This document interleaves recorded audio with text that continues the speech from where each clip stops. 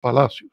Dice Lasso que él visitó su tumba en Sierra Leona. Honor a quien honor merece, honrar honra, merece una brigada como esa, por ejemplo, cualquier premio que quiera hablar de derechos humanos, si se quiere hacer con un mínimo de respeto. Bueno, vamos a hablar ahora de lo que pasó. Ayer era una expectativa muy grande que después de ser proclamada candidata a la presidencia, la senadora, bueno, ex senadora, hoy vicepresidente del país, Kamala Harris, no había dado una entrevista a la prensa estadounidense. Y en este caso ella lo hizo a un grupo, a una cadena muy importante que es la cadena CNN. Generalmente CNN es percibido como una posición más bien al centro, algunos lo ponen al centro izquierda, pero no es una cadena tampoco izquierdista, ni mucho menos.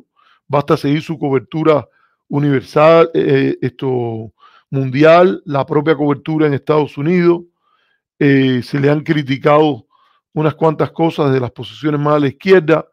No se puede decir, por ejemplo, que haya sido simpática a la candidatura de Bernie Sanders, que es un senador muy ubicado digamos, a la izquierda dentro de la corriente principal, precisamente porque aboga por algo que en otros países desarrollados es una realidad, por ejemplo, un sistema de cobertura universal de salud, con modelos como los modelos escandinavos.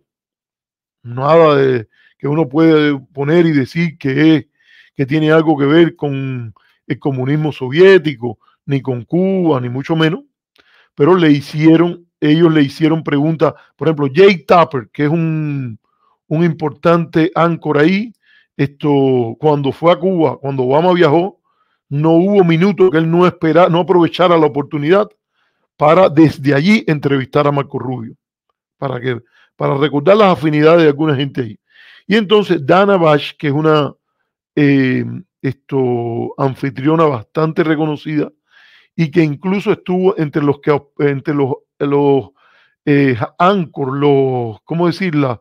Las personalidades de televisión que estuvieron cuando el debate entre Biden y Trump, con toda la regla aquella de que ellos no podían hacer fact-checking, o sea, chequeo de datos y todo, Kamala Harris, acompañada de Tim Walz, que es el candidato a la vicepresidencia, gobernador de Minnesota, aceptaron darle una entrevista. Fue una entrevista relativamente corta, no pasó yo no sé, fue como 40 minutos, 30 minutos, algo así. Y ella básicamente hizo unas cuantas preguntas donde usó hasta el lenguaje que usa los republicanos para referirse a las propuestas de Kamala Harris. Un concepto, por ejemplo, que han estado dándole y que Kamala Harris ha adoptado es ese concepto de Bidenomics o la economía de Biden. La economía de Biden, como la economía de Obama, es una economía que, como la economía de Trump y la economía de Bush, tiene mucho de los principios, la explicación que tienen las economías de mercado. Pero bueno, se quiere a veces presentar, en el caso de Reagan, se usaba contra Reagan de decir que Reagan decía que bajando los impuestos iba a aumentar el ingreso fiscal, y le decían, fue famoso que Bush, cuando era el candidato opuesto en la primaria republicana, lo llamó Voodoo Economics, o sea, la economía voodoo, como una especie de desprecio, decir que aquí lo que hay es hechicería y eso. Y después se habló con cierta crítica y mofa de Reaganomics, pero al final los sectores conservadores adoptaron la palabra. Reagan fue un presidente popular y aquella idea que él instaló de que siempre hay que bajar impuestos, que el gobierno es el problema, él le dijo eso en una entrevista a Jimmy Carson, que era que el gobierno era el problema, no la solución de los problemas. Y hacía unos cuantos chistes, siempre estaba haciendo chistes sobre eso, como que habían estudiado lo que pasaba con la vida y que una comisión del gobierno había determinado que era mejor ser joven que viejo y que era mejor ser rico que pobre. Él se burlaba de esas cosas y decía que por eso había que cortarle todo el dinero al gobierno.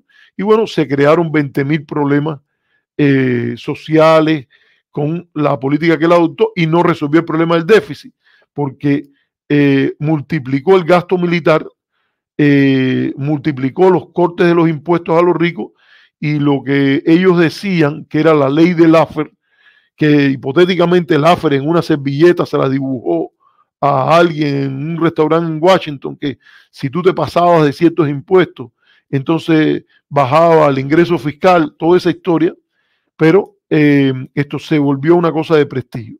Y bueno, después vinieron otros temas, Clintonomics, es la economía estúpido del gran consultor político James Carville, y bueno, Clinton hizo unas reformas al estado de bienestar, pero casi que se puede decir que lo salvó en una parte, pero fue bien duro en una serie de programas sociales dentro del consenso neoliberal. Entonces, en el caso de lo que han llamado Bidenomics, ellos están tratando de poner que la inflación, la tasa de inflación y la inflación que se está viviendo en los Estados Unidos es resultado del Bidenomics, o sea, de la economía de Biden, y ahí le están emprendiendo con decir de que han sido las políticas de gasto para bienestar, el mal manejo que ha hecho el Tesoro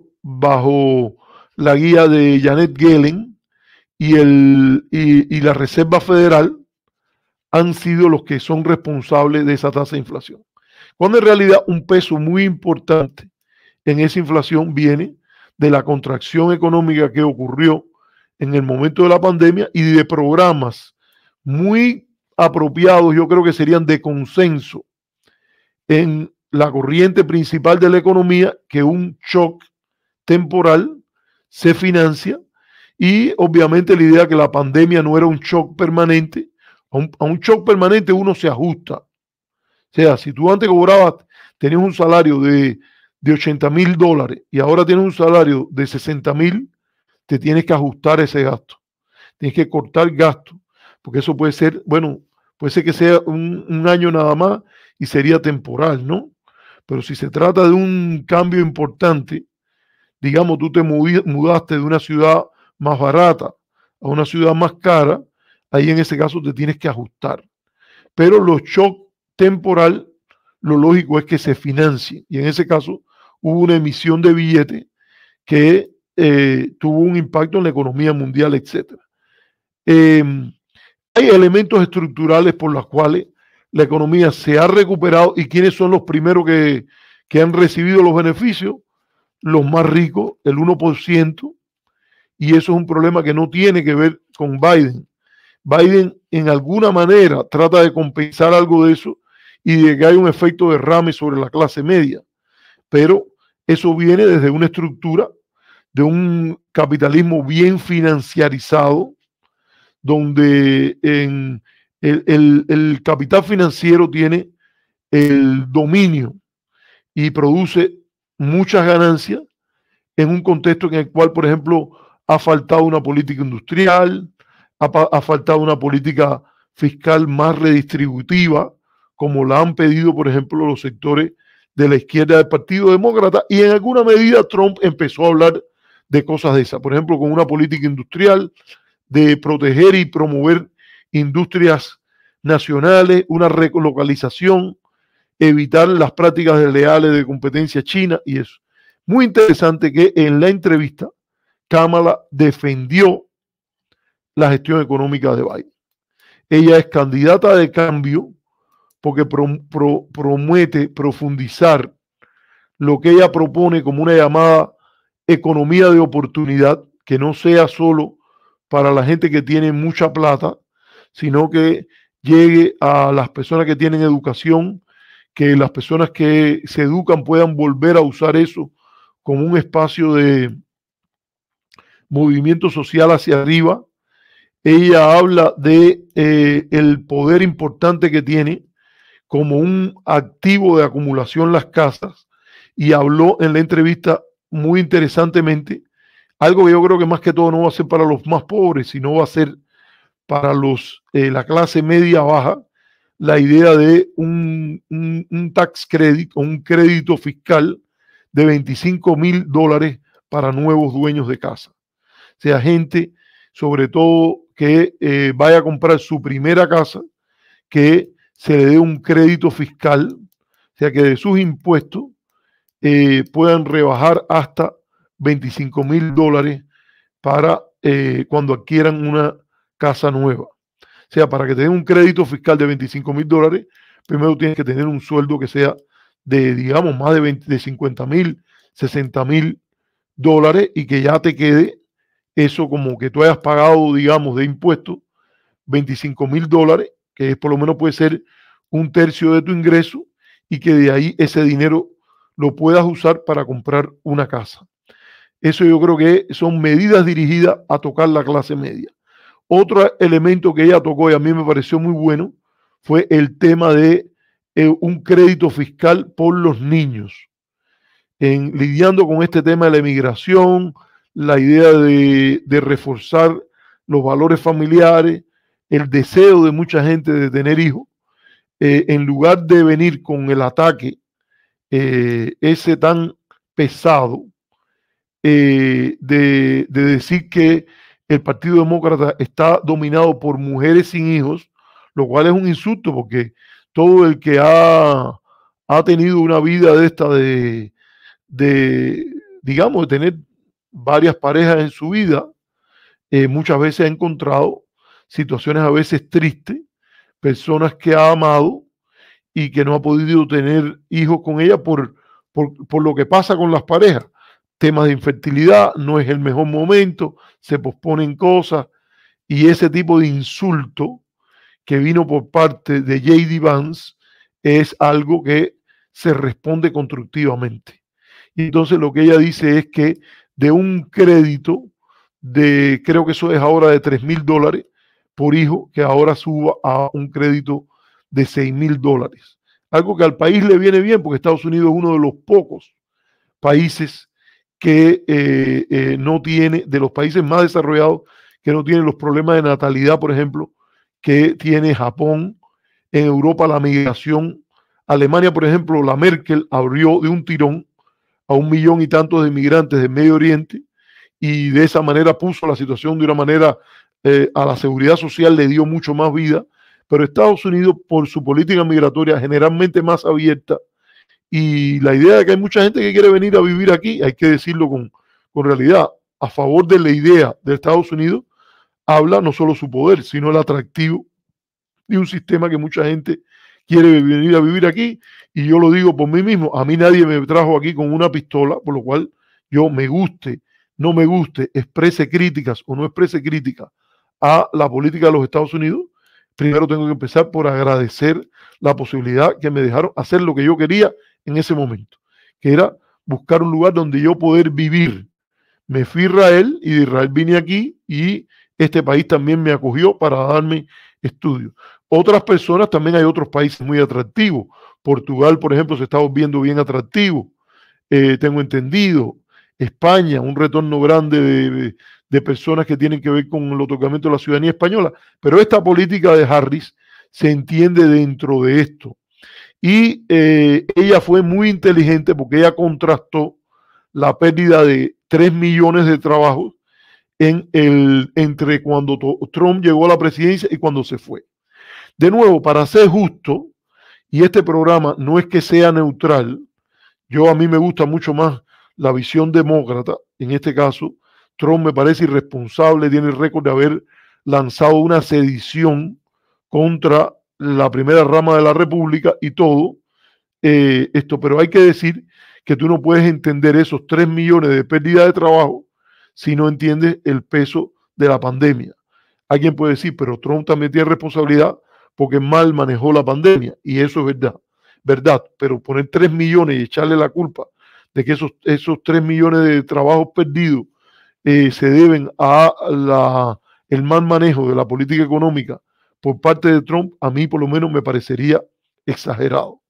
Y eso es parte de las torceduras de la politiquería, porque Los políticos no son académicos y lo que ellos tratan de hacer es más que la búsqueda de la objetividad, arrimar la brasa a la sardina, a su sardina. Sí, es verdad, la persona esta dice que él dijo que tomaran cloro, no, que tomaran, creo que era ¿cómo se llama eso? Un detergente, algo así, y hasta una pareja de personas viejas, de edad mayor en Texas, le creyeron, porque ellos creyeron que lo que dice el presidente tiene que tener razón, y creo que una de esas personas, no sé si se murió, pero la pasaron dura.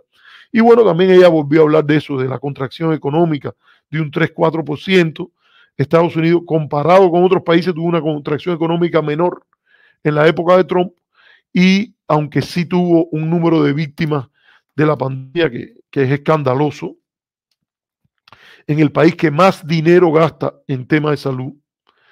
Y yo creo que también en eso obviamente lo que hay responsabilidad de Trump innegable y también cierta exageración en la presentación que hace la propia Kamala Harris. Un tema interesante en esta entrevista fue la cuestión de que Trump se ha pasado los últimos tiempos atacando a Kamala Harris personalmente. Y ha dicho, cosa que ella dice en su propia biografía, por cierto, eso no lo tuvo que buscar en ningún lugar, ella lo dice en su propio libro. Ella puede decir, pero esto es nuevo, si esto lo dijeron ya en el 2016, en el 2020, cuando yo corría presidenta, esto lo sacaron y lo mencionaron, que es que ella termina su grado de Derecho en Berkeley y ella falla en el board. Cuando ella se presenta a buscar la licencia de abogada, ella falla allí. O sea, se gradúa de una universidad prestigiosa, como es la Universidad de California en Berkeley. Ella también ha estudiado en otra universidad prestigiosa, que al punto que algunos lo llaman la Harvard de la comunidad afroamericana, que es Howard University en Washington, D.C., pero después ha tenido buenos resultados y todo ese tipo de cosas, ella falla en el examen del board para ser abogada. Lo tiene que repetir y la segunda vez, tengo entendido, lo pasa. Entonces él dice, no es material de primera. Sí, Trump es especialista en descalificar personas. Miren, señores, gente que ha fallado en el board del derecho.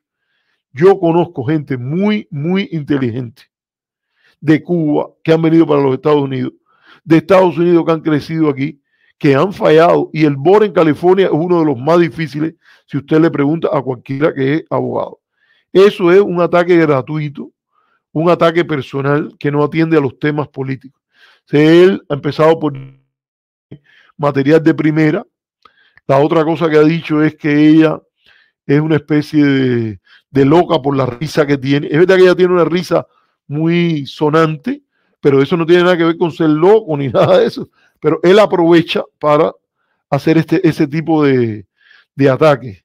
Y la última que dijo fue que ella era antes india, pero que ahora se está vistiendo de afrodescendiente, de black. Esto, todo el que lea la biografía que ella hizo en el 2020, todo el que lea la historia de ella, con qué organizaciones estuvo vinculado, con qué tipo de música se relacionaba, todo eso la desmiente.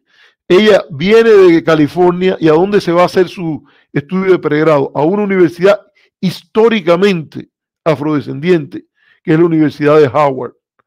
Estudia allí y la manera que estudia la política norteamericana tiene un componente importante en su currículum de intelectuales de primera de la comunidad afrodescendiente.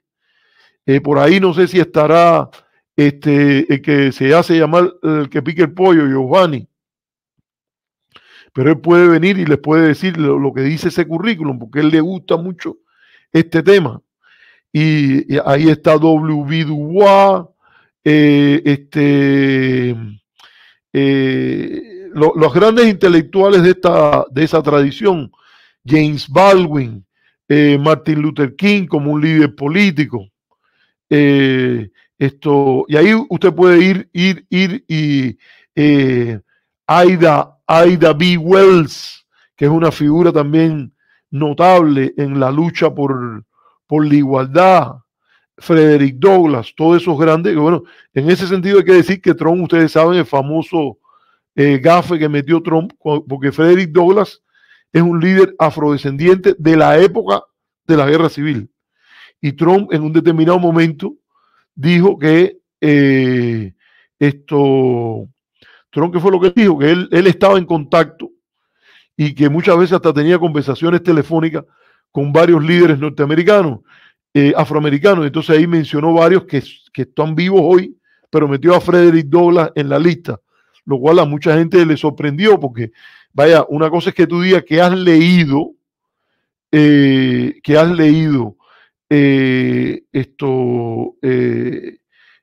sobre temas de política y de historia, y otra cosa dice que tú estás en contacto.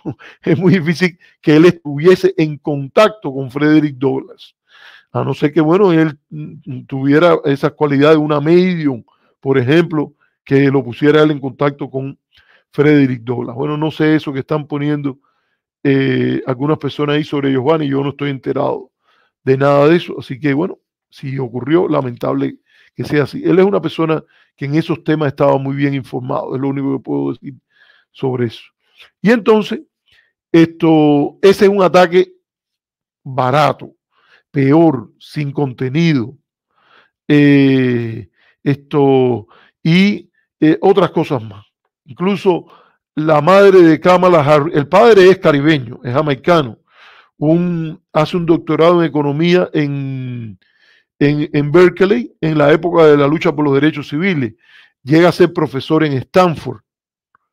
La madre, muy metida en temas hace un doctorado, creo que fue en biología, en algo así, y asume la crianza de las dos hijas después del divorcio, y ellos viven en medio de la capital, por decirlo de alguna manera, de la capital de la cultura afroamericana en la costa oeste, que es la ciudad de Oakland. Y ellos van a un centro donde cualquiera que pase por ahí hoy, el centro comunitario ese de Oakland, en la pared están pintados grandes líderes afrodescendientes. O sea, alguien que pasaba ahí los sábados jugando no puede ser ajeno al ambiente que hay ahí. Ella y su hermana tienen muchos contactos, viven inmersos dentro de la comunidad afrodescendiente. Claro que ella también tiene origen indio y viajó a la India a ver a sus abuelos y todo ese tipo de cosas, pero acusarla o decir que ella antes se hacía pasar por india y ahora se está vistiendo por conveniencia de afrodescendiente, eso es simplemente un infundio, una calumnia, y ustedes saben que eso no merece responderlo. O voy a decirlo ahora diferente, ¿merece responderlo? Preguntaría yo. Ella se quedó callada y ella le dijo, mire, eso es el mismo juego de siempre y yo no, la próxima pregunta, como diciendo, yo ni voy a responder una tontería como esa.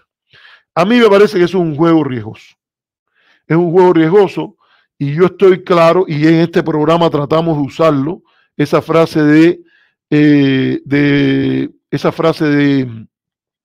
Michelle Obama, que tanto le gusta a mi esposa, que dice, si ellos se tiran por abajo, nosotros nos tiramos por arriba y no nos tiramos al fango. Por cierto, Michelle y Barack lo sonaron duro. Esa historia de años y años de él pateando y diciendo que Obama no era nacido aquí, los trumpistas atacando a Michelle Obama, todo eso ahora salió y Obama los cogió y los sonaron duro, y la frase esa de Michelle fue bien dura cuando le dijo, ¿quién diría que a lo mejor él está tratando de aspirar un trabajo de los negros? Porque Trump dijo que los inmigrantes venían y le quitaban, y en los lugares donde se empleaban era en los trabajos para los afrodescendientes y los trabajos para los negros, porque dice, él lo llamaba trabajo negro, y que eran los principales afectados. Bueno, en ese sentido, ella dijo, no, yo no me voy por abajo, dime la otra pregunta. Yo creo que eso hay que tener cuidado, y a veces cuando uno tiene la oportunidad de darle una buena sonada, esa por lo menos es mi filosofía, ese sería mi consejo. Es cuando tú lo tienes que de la manera que le vas a dar es que le vas a dar un par de una buena trompada a los Ray Sugar Leonard o Mohamed Ali, en el cual le va a decir, mira, para que no vuelvas más con esta matraca, ¡boom! No digo de mandarlo a callar, como por ejemplo hizo Ted Kennedy con Romney. Romney, que estaba corriendo para el asiento del Senado que tenía Ted Kennedy, un asiento que la familia Kennedy tuvo durante mucho tiempo, él dijo un día, empezó a decir que había un efecto de cansancio por los Kennedy en política. Entonces andaba diciendo y lo repetía, y lo repetía, y lo repetía, y que ya es tiempo de que se vaya para su casa y que descanse, que ha habido los Kennedy demasiado tiempo en política.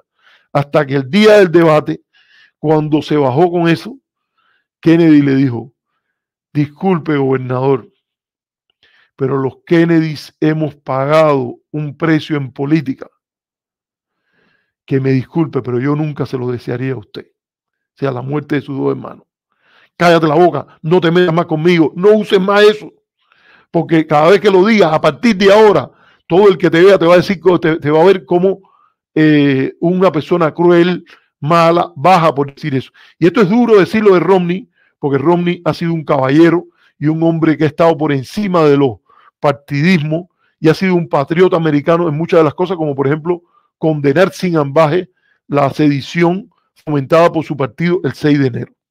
Y yo creo que a lo mejor Kamala en algún momento tendrá que darle el buen sablazo a las cosas que ha estado diciendo Trump, pero parece que ella volvió de nuevo con esto. Alguna gente feminista ha criticado que ella fue con su vicepresidente ahí al café ese en Savannah, en Georgia, donde hicieron la entrevista. A mí me parece que eso es una exageración, señores. Tú eres parte de un team, tú vas con el vicepresidente y la lectura esa de que ella trajo desde la izquierda, de que ella feminista, de que ella trajo al vicepresidente para como que ella no era capaz por sí sola, yo creo que no tiene nada que ver con la realidad. Mira, veo que ha llegado Jorge de Ama y está por aquí. Y bueno, dice mira, dice una cosa que quizás sea verdad. Él dice que cuando la gente se vuelve emocional, yo quisiera tanto ser racional, pero a veces las emociones se me escapan. Encontré que él había dicho esto, mira, voy a compartirlo. Dice, número 30, yo no me pongo bravo con nadie, dice que no está bravo conmigo, que bueno, mi confrontación es de idea. No, Jorge, no, tú no haces confrontación de ideas, tú haces otras confrontaciones más. Por cierto, tengo interés en que me mandes la cancioncita, porque me gustaría escucharla completa, ya que compusiste o usaste inteligencia artificial para componerme una canción en sustitución del debate de ideas, porque cuando no tienes idea, hiciste una canción, pero bueno, no de emociones. Y me llamas Turi, como en algún momento, cuando teníamos alguna amistad, lo ponía, pero no es de Turi decir las cosas que tú has dicho de mí, incluso atacarme en mi función de padre, que esa nunca va a pasarse. Se me pueden pasar otras cosas, porque yo no soy rencoroso en política y ni me lo tomo personal, pero cuando yo tengo una preocupación de padre, para mí ese es el mejor yo. Pero bueno, mira, has dicho una cosa que vale, es bonita, dice que cuando se ponga emocional su discurso pierde valor, si es que lo tuvo. Mira, ok, así piensas tú. Yo creo que yo trato y hay mucha gente que viene aquí a escucharme, están ahí, hay más de 122 personas, hay 122 personas conectadas. Pero bueno, tú vienes, parece que quieres entrar en el rifirrafe, yo no me voy a desviar más. Vaya, te voy a dejar aquí un nuevo nombre que te han puesto, Jorginho Flip Flop, ya tú sabes. Bueno, bueno, no sé de esto. William, de verdad que esa me interesaría saber. Yo nada más por chismoso, vaya. Así que había un gran para el mundo que nadie tuvo que ver con eso. Bueno, nada más imagínate tú. Esa está interesante. Bueno, ya tú sabes. No sé de eso nada, señores. Pero bueno, si tú puedes aportar más datos, tú sabes que estos chats son interesantes. A veces aparecen cosas que son verdad y cosas que son simplemente fango que le tiran a la gente. No lo voy a poner, no voy a ponértelo más, porque además no sé si es verdad. Bueno, pasó esto, que ella trajo al vicepresidente y al candidato a la vicepresidenta, el gobernador de Minnesota. Yo no creo que eso es yo no creo que eso es una cosa que es real. Hay que tener un poco de contención en criticar cosas que pueden ser normales, señores. Eso no, él aceptó ser el vicepresidente de ella también. Está bien claro dónde va uno y dónde va el otro.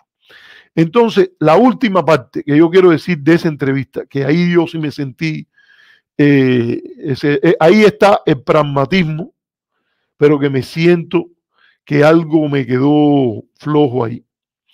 Y es que yo entiendo muy bien cuando ella explica por qué ha cambiado alguna de sus posiciones.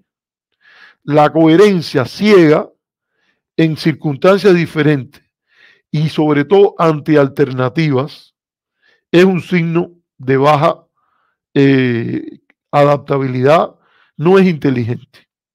No estamos hablando de alguien que hace un flip-flop, o sea, los valores. El dogmático es el que todo lo convierte en valores y principios. Pero los valores y principios no se cambian. Pero la implementación, las propuestas políticas a partir de valores y principios, sí se defienden. O sea, a mí me parece que ella manejó eso muy bien. Cuando explicó por qué había cambiado, por ejemplo, en el hecho del fracking, una técnica de obtener combustible o fósil de la tierra y ese tipo de cosas. Con unas explosiones que son sospechosas, se dice que pueden contaminar el manto acuífero y todo eso. Pero ella yo creo que explica por qué, y además hay otra realidad, la mayoría del pueblo norteamericano no está con ella. Hay mucha gente, hay mucha gente que no camina con Kamala o con los demócratas en todo lo que es el Green New Deal. A mí me parece una gran experiencia, una gran oportunidad para crear trabajo, salvar el ambiente, ser Estados Unidos un ciudadano responsable mundial, un gran poder responsable, actuar con la dignidad de una gran democracia. Y entonces, yo lo que digo aquí es sinceramente, que hay que entender eso. Y lo otro es que es evidente, señores, no está compitiendo Kamala contra Bernie Sanders, es Kamala contra Trump. Entonces, si tú tienes que moverte al centro, como es lógico, para ganar en un sistema como este,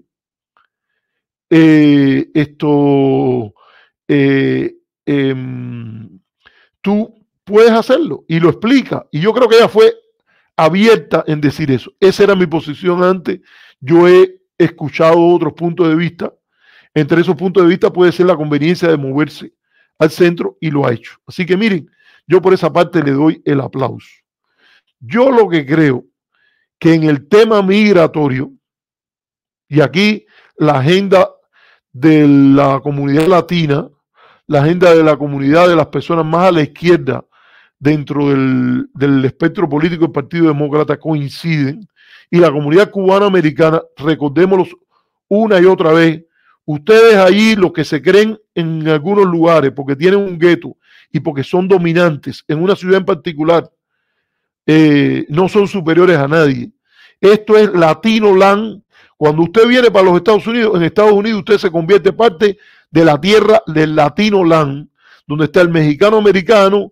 En el censo usted aparece, si es cubano, con los mexicanos, con los puertorriqueños, con los dominicanos, con los salvadoreños. Toda esa gente, usted no es mejor que ninguno de ellos, y usted tampoco es mejor que los que han venido indocumentados, para que quede claro, porque ese es un racismo que cargan allí y que yo creo que hay que criticar. Y aquí, en este sentido, acabo de ver que ahí está 23 y Flagger. Quiero decir algo positivo para darle recibimiento. Yo creo que ha estado claro que él, por ejemplo, en esta área de lo latino, ha tenido esas posiciones de defender la idea de una agenda latina dentro del Partido Demócrata. Visto que él estaba en una cosa que se llama Cubanos por Biden, he visto algunas entradas que él ha hecho ahí, lo quiero empezar por ahí. Yo le he hecho mi crítica, él me ha hecho crítica, él se ha prestado para ataques muy bajos en su programa a mi persona, pero en este caso quiero empezar por decir una lógica distinta, reconocer que en eso ha estado del lado correcto, como en otros casos también, en muchos casos él, yo creo que tiene la posición que a mí me parece apropiada, progresista, etc. A lo mejor le estoy haciendo daño al decir eso, por eso lo veo. Y en esta cuestión, mira, no sé qué dice aquí 23 y flag, esto lo voy a atender después, señores, porque si no me rompe el tren de pensamiento. Entonces le estoy diciendo, yo creo que en la entrevista el tema migratorio y de que a ella se le dice el azar de la migración, yo creo que es evidente que hay que poner coto y control en la frontera, y han habido artículos muy buenos, incluso en publicaciones de derecha, como National Review. Yo leí recientemente un artículo que se llama Insane Asylum, del profesor de la Universidad del Boston College, Peter Scarry, que él dice, bueno, señores, es que ha habido mucho abuso del tema del asilo. Ha habido mucho abuso del tema del asilo, y ha habido abuso del tema del asilo, yo creo, en el tema de los cubanos, pero también hay otros problemas que si usted quiere legalmente que caigan en el asilo, usted tiene que cambiar la Convención Internacional sobre Asilo. Porque, obviamente, y de refugiados. ¿Por qué? Porque si usted escapa de un tema como el cambio global, la desfertilización de los suelos, eso es cierto que obedece a malas políticas en las cuales Estados Unidos es responsable, son responsables los gobiernos, pero es difícil decir que ese fue el objetivo cuando se hizo la Convención de Asilo. Se hablaba de persecución de tipo político. Algo parecido, por ejemplo, pasa con otros problemas que no dejan de ser tan importantes en temas de derechos humanos como la persecución política. Pero no fue así que se concibió la convención. Entonces habría que adaptar eso. Es difícil porque el lado conservador no quiere ceder en eso. Están preocupados, son racistas. Creo que en el 2050 se plantea que los latinos pueden llegar a ser casi un 30% de la población en los Estados Unidos. No sé si es 2050, 2060, algo así. Y esa gente ven eso como horrorizante. A mí no me parece ningún problema que se coman más tacos, que se coman más salsa picante. Yo creo que eso es parte de lo que es la vida. Y el Southwest, lo que se llama culturalmente la región el norte, paradójicamente, en estudios de cultura política norteamericana, el norte, se dice en español, no se le dice the North, se le dice el norte en español, que es el Southwest americano, tiene una presencia latina donde están las cosas funcionando muy bien, con estados que han crecido bastante en población, económicamente, calidad de su educación, que hay que contar con lo que ellos son. Ahora, a mí me pareció que ella ahí sí estuvo en un momento en el cual ella como que quiso tener el bajo perfil y decir, no, sin lugar a duda estamos creando más espacio para que haya más gente, a juzgar más gente, a valorar el derecho de asilo, a mantener más gente en México, a disuadir a la gente que venga aquí, a meter más gente en prisiones migratorias. Ha sido algo que ella le ha dado a esa variante. Y yo creo que ella debió haber aprovechado y decir algo así como, mira, mi madre es emigrante y yo me siento en contacto, y la solución definitiva de esto no es la ley que se pasó y que Trump instó a los republicanos. La ley que se pasó no, el proyecto de ley que habían votos, se propuso en el Senado, de seguridad de la frontera con algunos guiños migratorios. Yo creo que hay que ir mucho más allá, buscar una solución El que ha vivido en un área como me tocó vivir a mí, como el sur de Texas, que me encantó vivir allí, y sabe las condiciones en que viven un grupo grande de indocumentados, gente honesta, buena, trabajadora, que no tiene una tasa criminal más grande que la de los que son ciudadanos o residentes de los Estados Unidos, residentes legales o ciudadanos. Yo creo que eso habría que buscar un camino a la ciudadanía. Desafortunadamente, por una decisión de la Corte, por ejemplo, Biden se estaba moviendo, y yo creo que Kamala debería estar orgullosa de eso.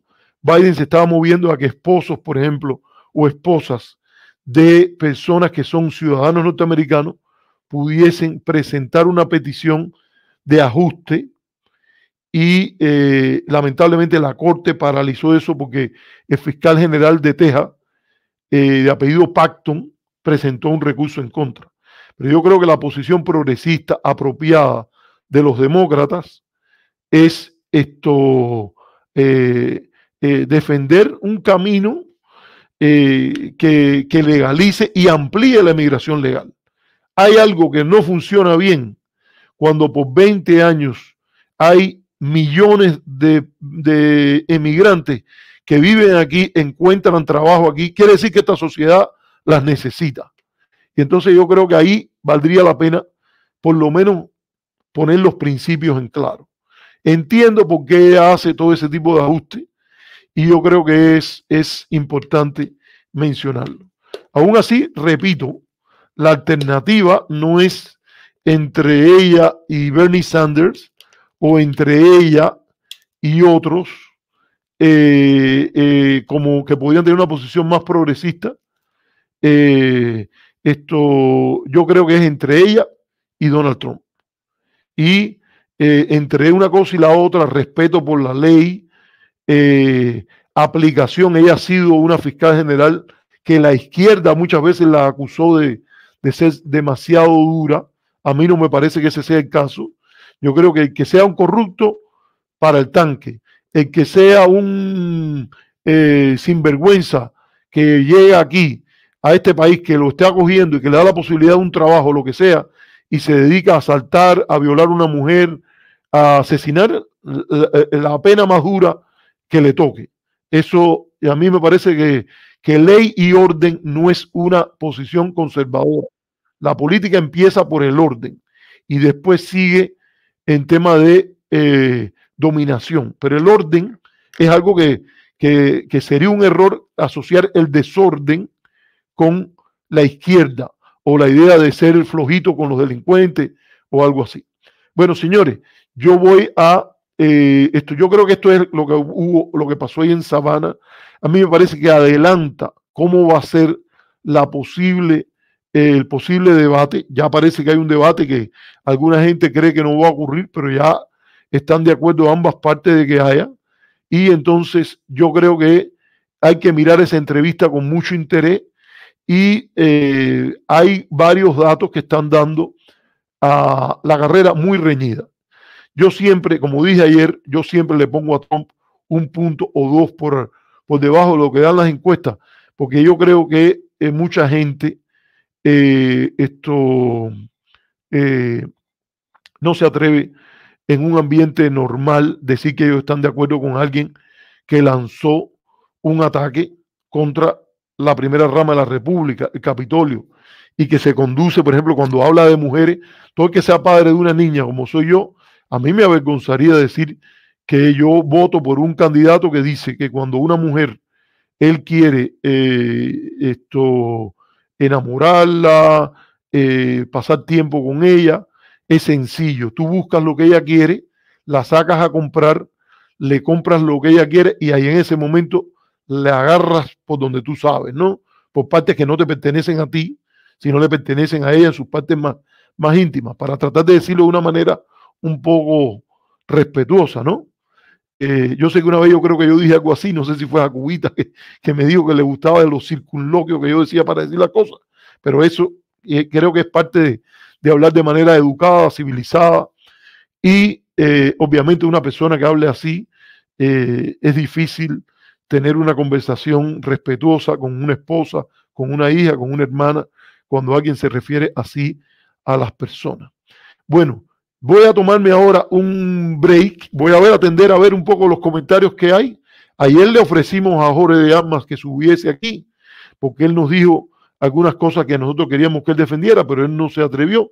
Si 23 y Fly quisiera subir, lo único que tiene que decir es subirlo. Yo no tengo problema en tener una discusión sobre las cosas que hay, aunque he visto que lo que está diciendo 23 y Flyer no son ataques a mi persona o a mis ideas, sino está diciendo que el chat está diciendo infundio. Es lo que me parece que se dijo ahí. Bueno, voy a coger el break y vengo, hago un comentario sobre eso y ya hablo de lo de Cruz. Un momentico.